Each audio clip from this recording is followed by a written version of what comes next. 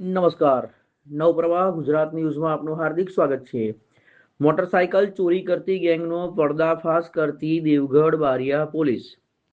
દાહોદ, વડોદરા, પંચમહાલ, છોટાઉદેપુર તેમજ મધ્યપ્રદેશમાં સક્રિય મોટરસાયકલ ચોરી ગેંગનો પર્દાફાશ કરવામાં દેવગઢ બારિયા પોલીસને સફળતા મળી છે. પોલીસે એક આરોપીની ધરપકડ કરી તેની પાસેથી ચોરીમાં ગયેલી 5 મોટરસાયકલો કબજે કરી છે. તપાસ દરમિયાન આરોપી સામે મોટરસાયકલ ચોરી, લૂંટ, અપહરણ અને પ્રોહિબિશન સહિતના 12 ગુનાઓમાં સંડોવણી હોવાનું સામે આવ્યું છે. આરોપી રાત્રિના સમયે રેકી કરી પાર્ક કરેલા વાહનોના સ્ટીયરિંગ લોક તોડી ચોરી કરતો હોવાનું પોલીસ તપાસમાં ખુલ્યું છે.